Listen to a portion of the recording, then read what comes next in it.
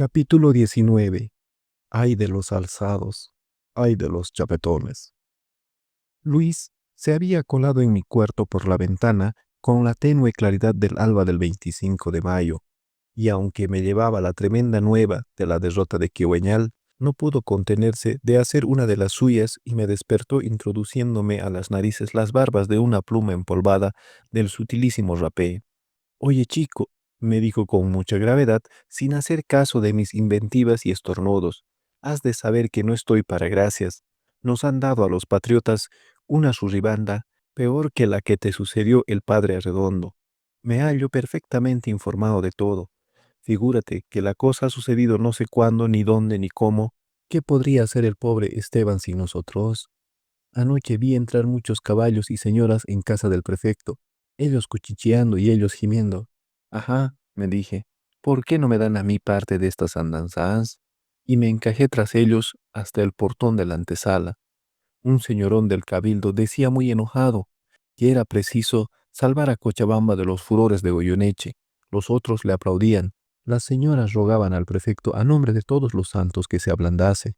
Déjenme en paz, hagan lo que quieran vuestra mercedes, si ya no hay remedio, les contestó el prefecto. Lo que es yo, añadió más enojado que todos, no voy por nada a ver al arequipeño, como hizo por mal de sus pecados don Francisco, ni le escribo una sola letra, ni consiento que vaya nadie a mi nombre, aunque vuestra mercedes revienten y me digan que soy un monstruo sin entrañas, y aunque venga él mismo y me ahorque y me descuartice, bien, viva don Mariano Antesana, grité yo metiendo la cabeza y me corrí enseguida hasta la calle. A poco salieron todos furiosos y todas hechas un mar de lágrimas. Este hombre no tiene corazón, decían ellos del pobre don Mariano, que es bendito. Ha de salir con su gusto de ver degollar a sus paisanos y que no quede piedra sobre piedra en la ciudad. Parece que no tuviera mujer, ni hijos, ni perro quien le ladre ese rabioso. Agregan ellas de aquel excelente caballero que tiene tanto cariño hasta por su mudo Paulito. Se fueron luego al cabildo. Qué afanes, qué correteos. Han resuelto mandar comisionados. Hicieron llamar al sabio don Sulpicio del campo donde estaba. Él les ha dicho las cosas más admirables en latín que nadie ha entendido, por supuesto. Me parece que no quiere ir de ningún modo con los comisionados, pero en fin, déjalos, hijo mío. Nosotros, vaya, nosotros sabremos hacer también lo que convenga. Cada uno de sus palabras me traspasaba el corazón como una espina, no porque yo comprendiese toda la magnitud de aquella desgracia, ni porque hubiera aprendido ya a amar hasta ese punto a la patria, sino porque yo mismo me consideraba perdido sin remedio. ¿Qué va a hacer de mí? ¿A dónde voy? ¿Para qué sirvo en este mundo? No puedo ser soldado, me decía tristemente en mis adentros, con un egoísmo disculpable en mis cortos años y mi situación excepcional. Calla, por Dios, exclamé por último. Te conozco demasiado, eres un mentiroso, pero no sé por qué me figuro que esta es la primera vez que hablas la verdad en toda tu vida. ¿Yo mentir? Repuso él con indignación. ¿No sabes que soy un costal de verdades? ¿Quieres convencerte por tus propios ojos, alma de cántaro? Bueno, ven aquí, asómate conmigo a la calle y ya verás. Ay, qué caras, hijo, las de algunos caballeros tan guapotes que se comían crudos a los chapetones cuando nos enseñaban a gritar «¡Viva la patria!». Qué fachas de las señoras encopetadas huyendo a burro a las haciendas antes de que amanezca el día, como si fueran calacaleñas de viaje a Quillacollo con legumbres. Tú no has visto lo lindo, pobrecito. ¿Quieres o no quieres? ¿Sí o no? Vamos, quédate con tus libros de santo. Ahí viene el padre Redondo con sus disciplinas a tomarte la lección. Yo me voy, me largo a ver al mellizo y al jorro. Qué buena suerte. No hay más hombres, como dice la abuela. ¿Dónde la has visto tú? En todas partes. ¿Dónde no está la abuela doña Chepa? Desde que supo que venía el hombre de las tres caras, se le ve a ella en la plaza y en las calles, haciéndose llevar de aquí para allá con la palomita. No quiso que se quedase un solo hombre en la ciudad. Un día encontró al sacristán de las monjas Teresas en la plazuela y le dijo: «Doña Marica, te has puesto por equívoco mis calzones y me dejaste sin pollera. Dámelos para irme ahora mismo a presentarme a don Esteban». Y el pobre Chupacirio se avergonzó y se fue al momento camino de Tarata. Recordé mi promesa de acompañar a la abuela y salté de la cama para seguir al momento a mi amigo. «Vamos». Yo quiero ir ahora en lugar de la palomita, le dije vistiéndome apresuradamente. En ese momento oímos pasos precipitados de una persona que se acercaba a mi cuarto. La llave dio vuelta en la cerradura, Luis huyó como un gato y la negra Feliciana no pudo ya verlo al meter la cabeza por la puerta y decirme estas breves palabras. Puedes salir, ya no hay encierro. Me senté sobre mi cama. La noticia de mi libertad me hizo disolver mil ideas en mi mente. No debo, no puedo huir ahora, me dije. Es preciso que salga de otro modo que por la ventana de esta casa. Iré a ver a mi maestro. Si ya ha vuelto, le diré que me voy, que no quiero tener más familia que la de la abuela. Quiero darle un último beso a Carmencita y ¿por qué no le he de decir también a doña Teresa mi resolución de ser soldado? Que se enoje, que me llame el mismísimo enemigo. Peor sería que dijese después que me fui como un ladrón. Un hermoso rayo de sol penetraba ya por la puerta medio abierta. Sentía yo trajinar más que de ordinario por la casa. La voz chillona de doña Teresa llegó varias veces distintamente a mis oídos, a pesar de que la señora no acostumbraba ser muy madrugadora y se levantaba siempre a las 8 para ir derechura al oratorio, donde tomaba el chocolate sin dejar de quejarse del flato y de la jaqueca. Todo ha de estar limpio como un relicario, hija Feliciana, decía a gritos en el patio. Hace tanto tiempo que no se abren estos cuartos que ya deben estar llenos de telarañas. ¡Ay, qué gusto! Vino a gritar Clemente cerca de mi puerta para que yo le oyese. Su merced, el señor Cañete en persona, ha de vivir en vuestra casa, en los mismísimos cuartos de mi amo el señor Marqués don Fernando. ¿Cañete? Será el doctor Pedro Vicente Cañete, el hombre medio zorra y medio culebra, el secretario de Goyeneche, de quien he oído hablar alguna vez a mi maestro. Me pregunté a mí mismo. No, señor, me voy de esta casa sin remedio. Añadí mi resolución, pero en vano me dirigí 100 veces a la puerta, porque otras 100 veces retrocedí, acobardado de la cara que pondría doña Teresa, y en vano miré otras 100 veces la ventana, porque otras tantas sentí repugnancia al salir de aquel modo de la casa. Eran ya las 10 poco más o menos, el ruido, el trajín, los gritos fueron cesando poco a poco. Creía yo haber tomado definitivamente mi partido. Iba ya a abrir la puerta, pero volví a oír pasos de varias personas que se acercaban, y la puerta fue abierta, cuán ancha era y ofreció a mi admiración el grupo más imponente que yo podía prometerme contemplar en aquel sitio.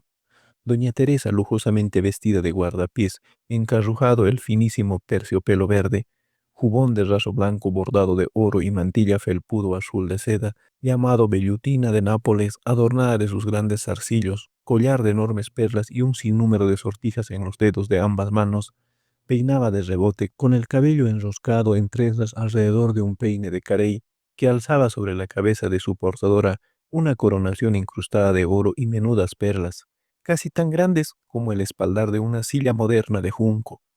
Se apoyaba en un brazo el doctor licenciado don Sulpicio, quien tenía en alto con la mano su bastón con bordas más grandes que nunca y flamantines, y todo lo cubría a sus espaldas el hábito blanco del comendador de la Merced, por sobre cuyo hombro aparecía a momentos la cara de Feliciana que se ponía de puntillas para arrojarme una mirada de odio con sus ojos torcidos. Retrocedí de espalda hasta la pared de enfrente, en que se abría la ventana y saludé inclinándome hacia el suelo. Ninguno de ellos pareció apercibirse de mi presencia. Entraron solemnemente en mi cuarto, mirando las vigas del techo. Feliciana arrimó sillas a la mesa en que se sentaron, poniendo en medio a la señora. Buscó luego en el cajón la llave del arca, abrió esta y se puso a sacar del fondo mi pobre herencia.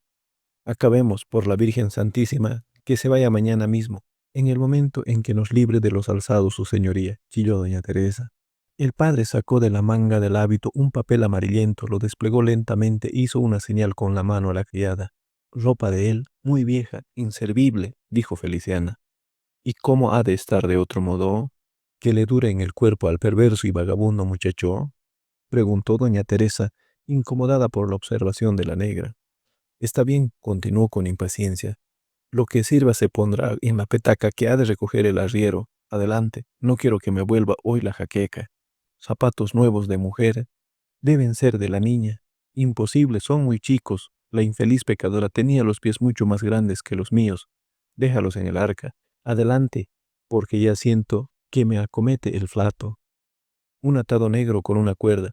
Sí, ya sé, el reverendo Fray Justo me dijo que era un recuerdo de familia, intervino el comendador. Alguna brujería. Pobre gente, volvió a decir la señora. El baulito de madera. Exacto. Vamos por lo que contiene, dijo el padre y prosiguió leyendo en el papel. Un paño a medio hacer con calados y encajes y, aquí está, reverendo padre, una cajita de cartón, con 2 aretes, un alfiler y una sortija. Corriente, una alcancía, rota. Le han sacado un pedazo de la tapa. Estaba recompuesta, debe tener 4 escuditos de oro. Eran 5, yo los conté. Los puse por mis manos y mandé encolar en mi vista la tapa. Al decir esto, el comendador me miró con los ojos de basilisco. ¿Qué hay que extrañar? ¿No es un perdido? No creerán nunca que es el enemigo, gritó la señora. Ingeneratum hominibus mores a stripe generis, dijo aquí solemnemente el doctor licenciado, que hasta entonces parecía absorto en la contemplación de una telaraña del tirante con el bastón en las rodillas. Eso es, lo ha dicho muy bien el señor licenciado, repuso gritando muy fuerte doña Teresa, que no entendía una palabra del latinajo, pero que tenía la mayor admiración por todos y cada uno de los que ensartaba don Sulpicio, desde que con uno solo convirtió a la razón a su inflexible padre, don Pedro de Alcántara, como ya queda dicho en otra parte. Aquella escena me mortificaba cruelmente y cada una de las palabras de doña Teresa revelaba el odio que me tenía. La alusión a mi pobre madre me hirió en el corazón como una mordedura de serpiente. El desprecio que le merecía la cuerda de Calatayud hizo afluir mi sangre a la cabeza. Comprendí que la señora trataba de librarse cuanto antes de mi presencia en su casa. Su primer cuidado, después de preparar el alojamiento del ilustre y sapientísimo Cañete, era disponer el viaje del botado a Chuquisaca. Me prometí no deberle ya nada en mi vida, huir de cualquier modo a cualquier parte hasta Buenos Aires, donde podría hacerme soldado todavía de la patria. Mientras que yo pensaba de este modo, Feliciana cerraba el arca y salía llevándose mis harapos para acomodar mi equipaje.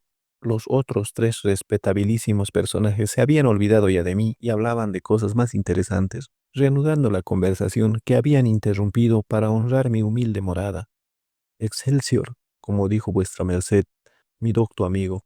Oh, no hay quien sepa manejarse mejor en este mundo, decía el padre Redondo, admirando realmente al que él suponía más sabio que los 7 juntos de la Grecia.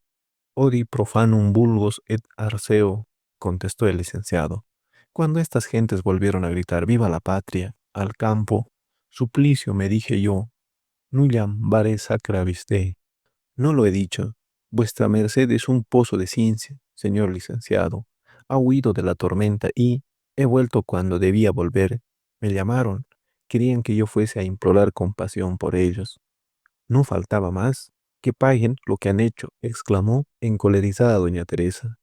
¿Y qué respondió vuestra merced? Preguntó el padre disponiéndose a oír una contestación digna de aquel oráculo. Justum id tenacem prositi virum. Oh, admirable, exclamaron a un tiempo el padre y la señora. Aut flectes illum, nise sanguine quiden flaperis. Oh, toma patria.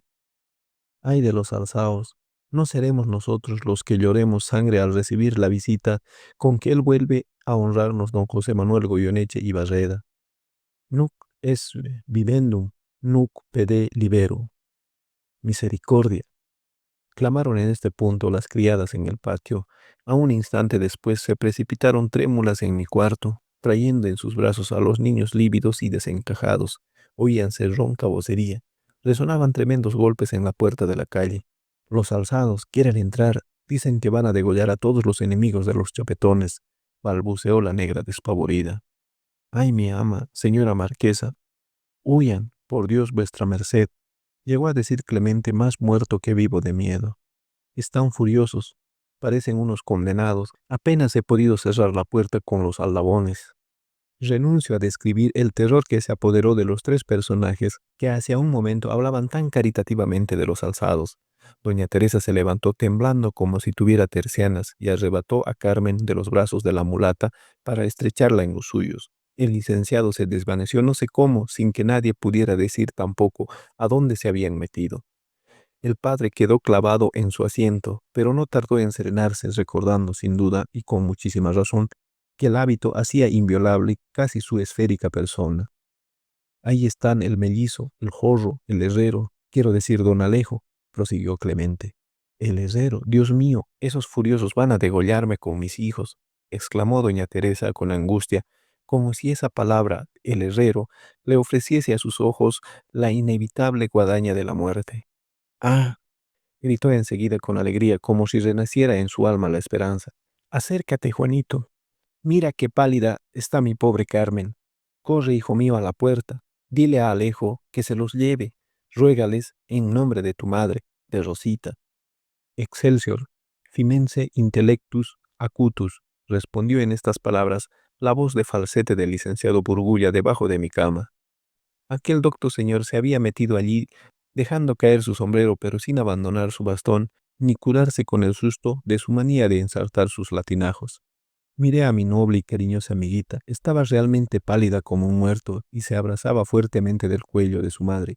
Y yo salí resuelto entonces a todo, a rogar como un niño o a hacerme matar como un hombre por defenderla. Pero no había llegado aún a medio patio cuando noté que habían cesado completamente los tremendos golpes que antes resonaban en la puerta de la casa y que los gritos de la multitud iban apagándose por grados a medida que ésta se alejaba.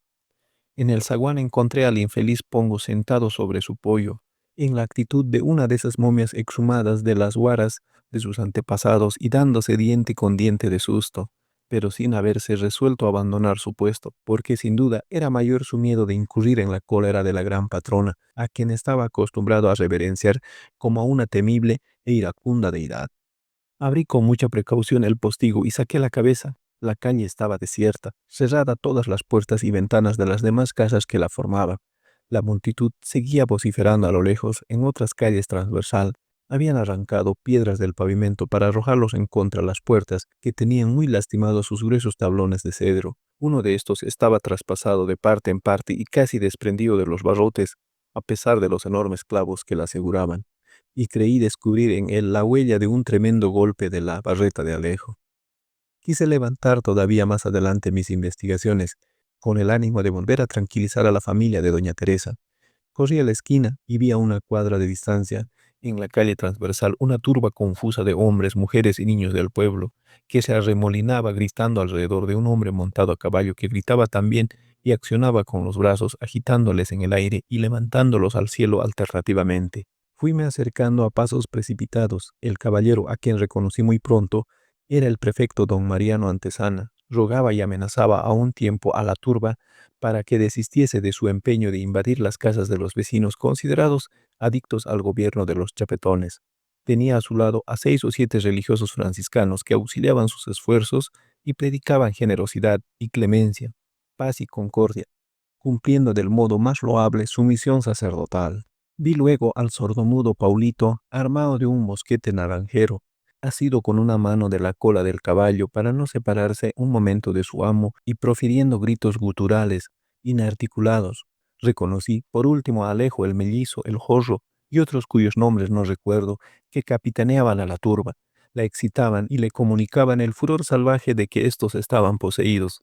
El primero blandía en el aire su barreta, el mellizo tenía un arcabuz de estaño en una mano y una lanza en la otra. Arrastraba enorme sable, ostentaba 2 puñales en el cinto. No podía sostenerse sobre sus pies de borracho. El jorro, a quien presento por primera vez a mis lectores, era, como lo indica su apodo, un mulato libre, de aquellos que siempre tuvieron la peor fama en el país. Estaba armado hasta los pies y ebrio como el mellizo. Sin sorpresa, pero con pena, me duele ahora mismo el decirlo, encontré allí a mi atolondrado amigo Luis, armado de un sable del gobernador del Gran Paitití y capitaneando la hez de su ejército de las cuadras. Su voz aflautada dominaba los aullidos de las mujeres y los gritos de los empobrecidos borrachos, como la de soprano de aquel coro infernal. Pero debo decir también que él no comprendía en su atolondramiento que aquello podía convertirse en pillaje y carnicería. Y os ruego que esperéis un instante para pronunciar vuestro último fallo sobre su conducta de aquel día. Hijos míos, queridos paisanos, maldita canalla, les ruego, esto no se puede aguantar. Por Dios y la Virgen Santísima, voy a mandar que ahorquen a esta vaguilla de pícaros, clamaba el buen don Mariano sofocado. ¿No somos acaso cristianos, salvajes, excomulgados, queridos hermanos? Gritaban los religiosos levantando sobre su cabeza las cruces de que se habían armado.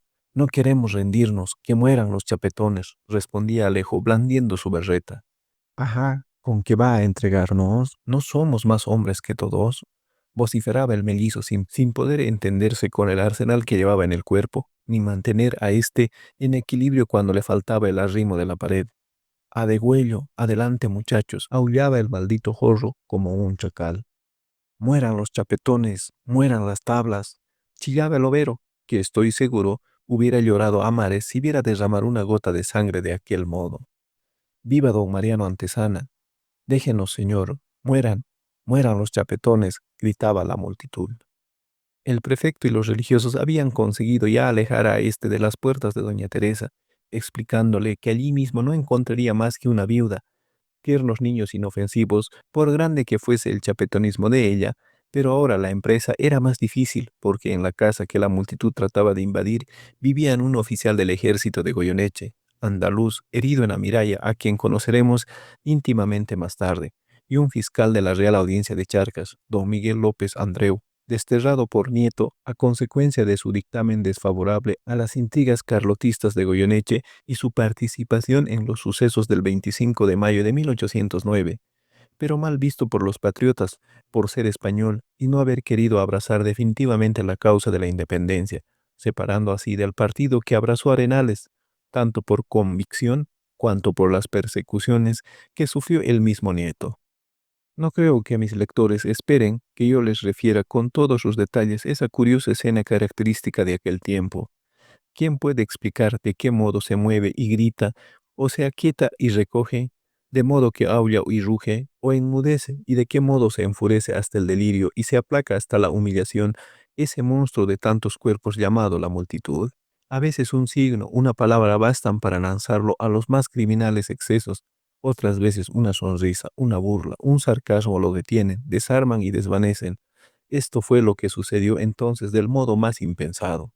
El caserón que la turba trataba de invadir tenía, a ambos lados de un gran portal de piedra, unas tiendas herméticamente cerradas en aquel momento, cuando la turba estaba más frenética y el prefecto y los religiosos perdían ya la esperanza de contenerla, se abrió de golpe el postiguillo que en su parte superior tenía la puerta de una de dichas tiendas y salió a mostrarse por allí la hermosa cabecita de una niña de 8 a 9 años, de rostro blanco y sonrosado, grandes ojos vivarachos y ensortijada cabellera, como las de los ángeles de los cuadros de Murillo que aparecen entre nubes con alas de color de aurora. ¡Ay, Jesús, qué feos! Y parece que han bebido, exclamó con un marcado acento entre andaluz y limeño. Ahí están los chapetones, una niña, un angelito, gritó el prefecto a la turba, que inmediatamente cesó de aullar. Déjelo, señor, contestó la niña. No se moleste busarse. Que entren, aquí no hay nadie más que yo. El casero don Ramón se fue a burro a Chacaría. Papá Alegría se ha alargado de madrugada. A don Miguel Andreu se lo llevaron temblando de chucho en su cama. Y dichas estas palabras hizo un gesto de burla al mellizo que porfiaba por ofenderla con su lanza. Le sacó la lengüita, le guiñó un ojo y desapareció riendo y cerró al momento el postiguillo. Una estrepitosa carcajada de todos aquellos que antes proferían gritos de muerte contestó a la burla de la niña graciosa. El mellizo perdió por otra parte el equilibrio y se desplomó en el suelo, aumentando la hilaridad en que se desvanecían los furores de la turba. Las mujeres decían que el señor prefecto tenía razón, que no era una niña, sino un angelito lo que habían visto, y los religiosos agregaban que Dios acababa de mandarlos para que no cometiese un crimen. Alejo se había quedado con la boca abierta y se rascaba la nuca como en sus momentos de más apuro, y le oí por último decir las palabras con que siempre se declaraba vencido. Bueno, ahí está. El jorro aullaba todavía, pretendiendo forzar la puerta de la tienda, y el mellizo volvía tambaleándose a auxiliarse. Pero el herrador tomó entonces resueltamente la defensa de la casa, sujeto de las solapas con una mano a sus dos compañeros, enarboló con la otra su barreta y los anonadó con una mirada. Aquellos dos miserables, no puedo darles otro nombre, eran también típicos proféticos de otra especie dañina para la democracia.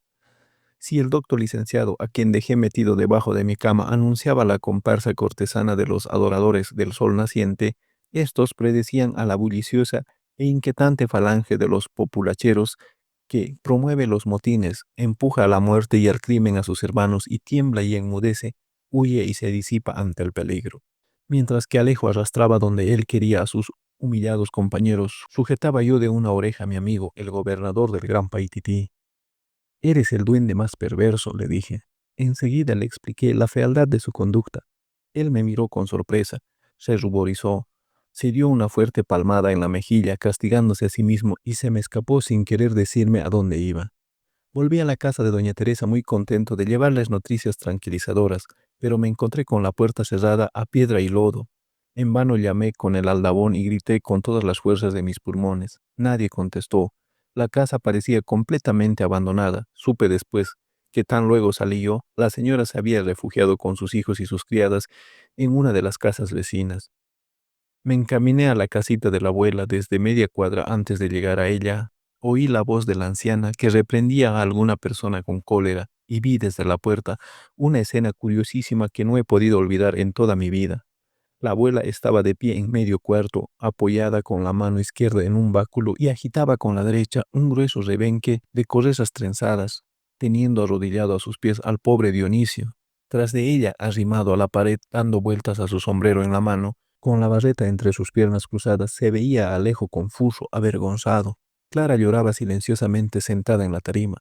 Luis se acurrucaba a espaldas de ésta, atisbando a momentos por sobre sus hombros y volviéndose a esconderse, como si el sentimiento de su culpabilidad le hiciese temer que lo viesen los ojos ciegos de la anciana.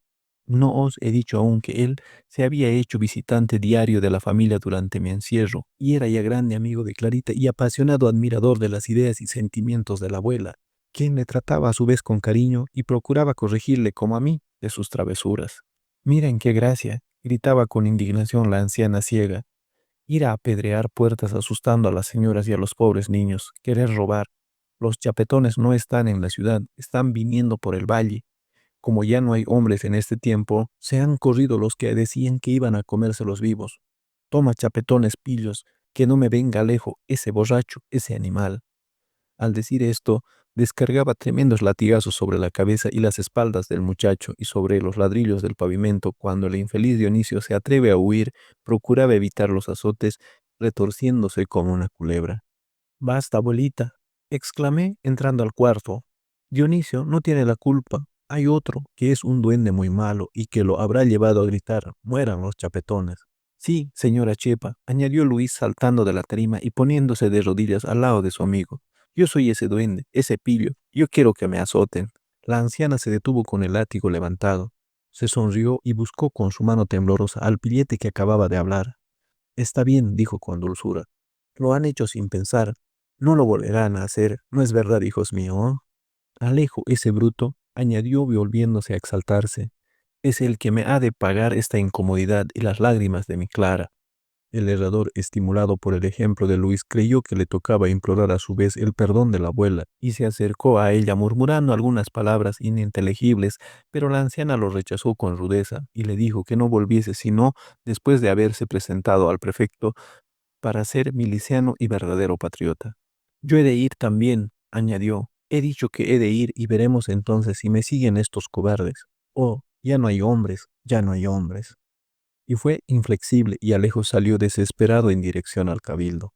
La abuela, conducida por mí, ocupó su asiento en la tarima al lado de Clarita, me hizo sentar al otro lado, llamó a mis dos amigos, les mandó ponerse de pie a su frente y habló de esta manera. Cuando yo era pequeñita, así como la mitad de mi palo, ahorcaron a un hombre en la plaza y todos dijeron, está bien hecho, era un ladrón. Algunos años después, hicieron morir a mi padre en la horca y descuartizaron su cadáver, pero todos lloraban. Un hombre vestido de negro vino a nuestra casa con unos papeles sucios en la mano, seguido de 10 milicianos, y le ordenó a mi madre que se fuera conmigo porque vuestra casa era del rey. Íbamos por el campo, no teníamos ya más refugio que el de la familia de mi madre. ¿Era ladrón? Le pregunté. Ella se puso encendida de cólera y de vergüenza y me dio una bofetada. Después se sentó en el suelo, me tomó de sus brazos, lloró mucho y dijo, si hubiera robado, yo misma me hubiera alegrado de su muerte. Los guampos lo han ahorcado porque él quería que no fuesen nuestros amos. Decía que solamente los que nacen en esta tierra y saben amar a sus hermanos debían ser corregidos, justicias y alcaldes. Los patriotas no pueden ser ladrones, hijos míos. Si los guampos de ahora ahorcan a esos que van a romper las puertas de las casas de los criollos, yo seré la primera en alegrarme. Los patriotas deben ir a pelear con los soldados. Yo les mostraré el camino. No hay hombres. Aquel día de excitación popular no pasó del apedreamiento de algunas casas habitadas por chapetones o por familias sospechosas de chapetonismo. Contenido los furiosos por el prefecto y por los buenos frailes de San Francisco, la ciudad quedó tranquila. Veíase huir a pie o a lomo de borrico familias de patriotas criollos a sus haciendas, especialmente por las partes del valle de Sacaba. Reinó en el cabildo una completa anarquía. Muchos vecinos notables hablaban únicamente de aplacar la ira del vencedor y mandaron con este objeto dos comisiones. Algunos patriotas exaltados decían que era preciso resistir hasta el último a Goyeneche. Se imaginaban poder contar todavía con tropas formadas de los dispersos de Quirquiave y del Quehueñal, y ponían su última esperanza en los arcabuces y cañones de estaño. Las granadas y lanzas que aún habían quedado en los almacenes del gobierno provincial eran de este partido: Lozano, Ferrufino, Ascuí, Zapata, Padilla, Luján, Gandarillas y otros. El prefecto Antezana declaró que, en su concepto, la situación era desesperada, que resignaría su autoridad en el cabildo, pero que él nunca imploraría la piedad del vencedor para sí. Este primer ciudadano de Cochabamba, como otra vez lo he llamado, no era ciertamente de armas tomar, ni podía dirigir en la guerra a las multitudes como el activo y audaz don Esteban, pero tenía la conciencia de su deber y un valor civil capaz de hacerle ver tranquilamente la más afrentosa muerte sin inclinar la cabeza más que ante Dios para recibirla. Luis y yo permanecimos todo el día 25 y el siguiente al lado de la abuela. El padre de aquel estaba ocupado con sus granadas y cañones para poder pensar en su hijo, y yo no podía ni tenía muchas ganas de volver a casa de doña Teresa. La anciana nos mandó varias veces a averiguar lo que ocurría en el cabildo, y las noticias que iban trayendo los muy pocos dispersos que llegaban a presentarse a las autoridades. Oía con el mayor desprecio las razones de los que pensaban someterse, aplaudía la opinión de los exaltados, se enojaba contra el prefecto. Un caballero muy bueno, muy respetable, decía: pero no es un hombre, no hay hombres, hijos míos. El 26 por la mañana se supo que Goyeneche había entrado en la villa de Orihuela, donde inmediatamente hizo fusilar al cabecilla de los alzados, Teodoro Corrales. Decíase que no perdonaba a ningún patriota de los que tenían la mala suerte de caer en manos de sus tablas. Estas noticias aumentaron el pavor de unos y la furia de otros. Se formó una gran pueblada que, como el día anterior, capitaneaban el Mellizo y el Jorro. Alejo estaba ya honrosamente ocupado de los preparativos de la resistencia con el gringo. Los amotinados trataron de invadir el convento de San Francisco, en el que decían se habían refugiado los chapetones. Apedreaban las puertas, iban ya a derribar la que se abrió al trío del templo cuando la comunidad apareció en las ventanas de la torre, y puesto el guardián en una de ellas, levantó en su mano la sagrada custodia. Al mismo tiempo, la gran campana rajaba por los repiques de la victoria de Aroma. Hizo oír 3 veces su bronco tañido, como en la hora de la misa en que se alza el Santísimo, y toda aquella turba delirante, ebria de licor y venganza, se prosternó de rodillas y se dispersó enseguida.